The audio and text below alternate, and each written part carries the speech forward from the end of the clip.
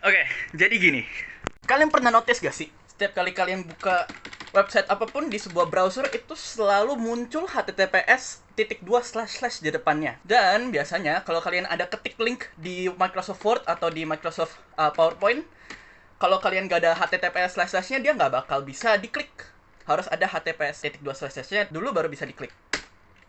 Oke, jadi sebenarnya HTTPS itu apa sih? Mungkin kalau kalian sering pakai laptop atau pakai HP dan kalian sering main-main di browser, HTTPS ini sering kali kalian lihat dan bentuknya itu lumayan familiar. Karena setiap kali kalian buka file dari Explorer, file PDF dari Explorer, kalian juga bisa coba. Itu bentuknya lumayan mirip juga, tapi HTTPS-nya berubah dari HTTPS menjadi file.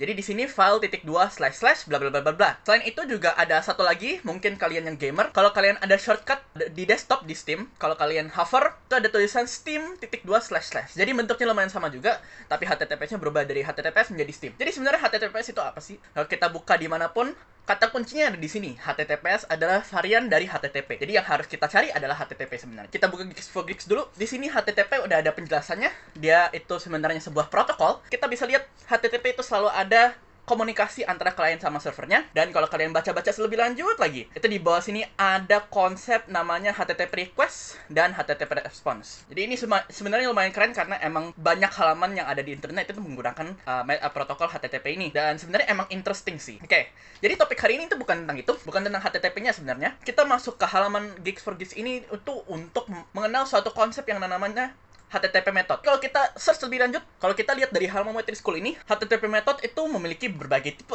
yang sudah di list di bagian sini. Nah, sebenarnya setiap metode ini mempunyai fungsi yang berbeda karena mereka mempunyai protokolnya sendiri. Kalau kalian langsung buka di dokumentasi aslinya, yaitu di MDN, kalian bisa lihat perbedaan antara semua HTTP method ini. Nah, jadi kenapa HTTP method itu ada banyak? Dan gunanya itu sebenarnya buat apa sih? Jadi, seperti yang tadi dibilang di bagian awal tadi, HTTP protokol itu sebenarnya digunakan di situasi di mana ada sebuah klien yang ingin berkomunikasi dengan sebuah server. Klien itu harus memberikan sebuah request kepada server agar servernya bisa mengembalikan sebuah respons kepada kliennya. Bisa itu request untuk sebuah data atau apapun itu harus ada sebuah request dulu baru bisa diberikan datanya dari servernya. Jadi metode-metode HTTP ini digunakan untuk membedakan antara tipe-tipe request yang berbeda yang bisa diminta oleh user kepada servernya. Misalkan, request untuk mengupload data itu pasti beda dengan request yang untuk mendownload data dari servernya. Iya dong, pasti beda dong. Satu itu mengupload, satu itu mendownload. Oke, jadi itu satu. Kenapa ada banyak tipe-tipe HTTP request? Karena emang fungsi-fungsinya beda-beda semua.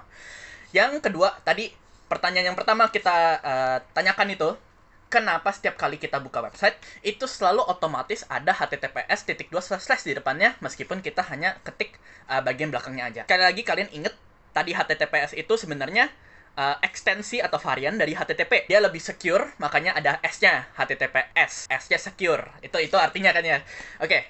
Jadi itu https:// bla bla bla bla. Dia mau request kepada URL-nya dengan metode HTTP secara secure. Karena ada S-nya. Setiap kali kita membuka sebuah website yang menggunakan https:// itu dia melakukan sebuah request GET kepada server dari website tersebut. Ya oke, kayaknya itu aja sih untuk video kali ini. Terima kasih sudah menonton.